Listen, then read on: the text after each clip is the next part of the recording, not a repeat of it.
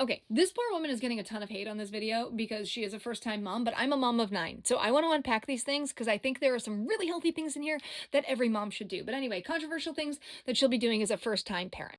Prioritizing my hobbies. It's important to have alone time or even bring my little bean along. My needs are important too. Absolutely. This isn't controversial. It is difficult, and she may not understand the gravity of how difficult this is going to be and how much she is going to actually need to actively prioritize it, but she's actually thinking about it. So rather than think about the trauma of maybe us not being able to do that for a period of time, let's be thankful that she's thinking about it so that she can already figure out how to prioritize that about herself. Not skimping on my breakfast. Okay, here's the thing. You might need to wiggle on what that looks like. So, yes, not skimping on your breakfast, making sure that you get adequate nutrition and that you are healthy, that is absolutely a great idea. However, this might look differently in this season. Like, like get yourself like the 2 packs of hard-boiled eggs. Those are the best on the go snack. Protein shakes, just kind of lowering your standard on what breakfast looks like might be okay for a season because you're going to be doing your best. Showering every day because routine and self-care is important. Absolutely it is. And I agree with this. You should be showering every single day. And it's okay if your baby cries for a period of time while you are showering. You are allowed to go ahead and take a shower. Also, this also brings me into the idea of like when your baby cries, it's okay. That's the only mean of communication that they have. So like it seems traumatic because the only time we cry is when we're sad, but that's literally the only thing that they are able to communicate with. So like don't be shocked when they cry.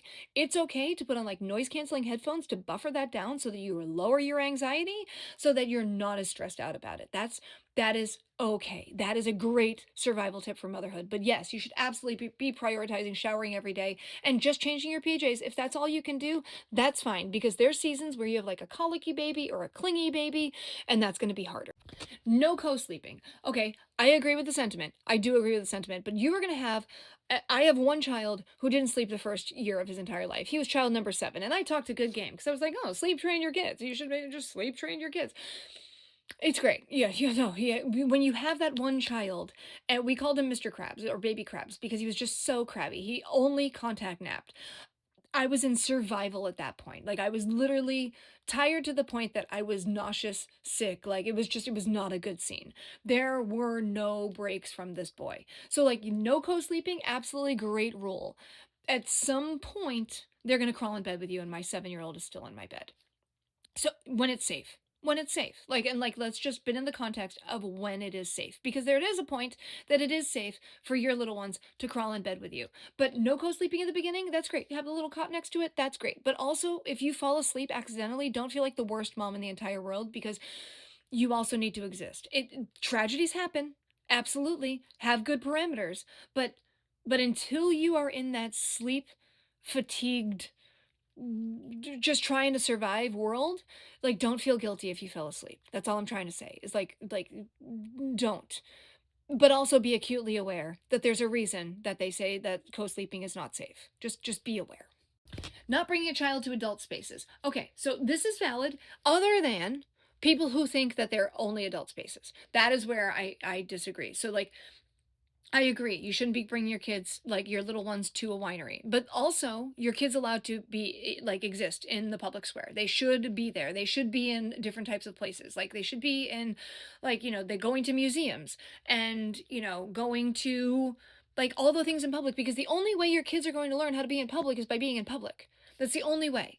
So, like on airplanes, I'm never going to be mad. Like, I fly out of Orlando's airport, okay? I'm never on a plane where I am not with a child. I'm not going to be shocked that there's children on a plane because how are they going to get there too? So, like, absolutely, we should have this. Like, that's valid. But I never understand the idea of like when people don't bring them to like regular things. So I think she's in a good place with this one, and just understanding like how to read the room. Read the room. At the same time, the people who don't want children there also need to read the room and realize that kids are allowed to exist. We'll still have date nights, even if that means bringing a baby along. Absolutely valid. You should absolutely do this. 100% agree. Valid. Also, you should think about this outside of the box. This can look like something at home. This can look like you don't have to get a sitter. This can look like just going to a restaurant real quick. This can look like anything, going to a park. That it is just important to prioritize that time. This one is probably your hottest of takes. Exploring food options. No chicken tenders and french fries only in this house. Here's the thing with toddlers. They exist off of whatever they're willing to eat. You will lower your bar so quickly on this one, I promise you. Now, look, I only have one picky eater. Out of all of my kids, I have one picky eater. And she is the pickiest of picky eaters. That doesn't mean that I did anything differently with her. That is just who she is as a human being. And at some point, you just kind of have to embrace that. So give a variety of foods, but please know that there is going to be a chicken tender and french fry season. Also, toddlers tend to go through a I only want to eat the same thing over and over again, and then they hate it. And then like suddenly you offer them like a banana and they're like, I why would I want a banana? I'm like, I don't know, because you ate 72 of them in the last 3 days. And then they're like, I would never want that. And then they don't want it again until the day that you don't have it. And then you're like, why don't I have bananas? And you're like, because you hated them. This is part of childhood. It is part of childhood development. And so this is less about parenting and this is more about childhood development. Just understand that at the end of the day, you are just happy when they eat. Vacations will still happen. They may be different, but they won't be put on hold. Perfect idea. You know what? Here's the thing. I always had my kids, some of my kids slept in a pack and play as like their normal bed, like for like the first little bit of time, because then I could move their bed and they were able to sleep wherever we went. Like it didn't interrupt their sleep patterns no matter where we went because their home bed came with us. It was just significantly easier. So yes, I agree. Vacations should still happen. I'm my own person and he's his own person. I won't be put in a box for having a child. I will still be my own person. This is extremely valid and also the most difficult of anything that you have listed here. You don't know who you are as a mother because you haven't met that version of yourself. And the version of yourself before being a mother is going away. Like she is a past version of you because you are evolving into a new version of yourself. Don't fight that. You are going to go through a series of something that's called matrescence, and then you are going to grow into a newly evolved version of you that only exists when you become a mother. So yes, it is important to understand you are your own person, but also realize you're not chasing the old version of yourself. You're not wishing for the old days because that's the behavior of people who peaked in high school, okay?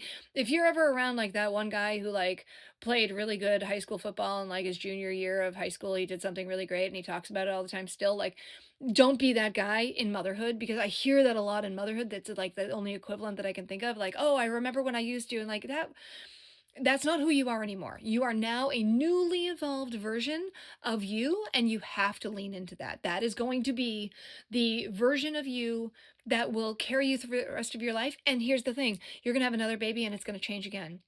Because without those new humans who are their very own people, you're not going to be able to meet the next version of yourself. So don't negate the next version of yourself for the version of you now or the version of you past because those versions don't exist and they're not going to serve you in the next season of life. So make sure that you're continually growing and evolving as a person and not instead turning and chasing who you were before you had kids because she's gone. She has sailed off into the sunset. As I said, I'm a mom of 9. I've been a mom for 25 years and I've had a bunch of different versions of myself, some that I've liked, some that I haven't. I've done a lot of things, I've said a lot of things.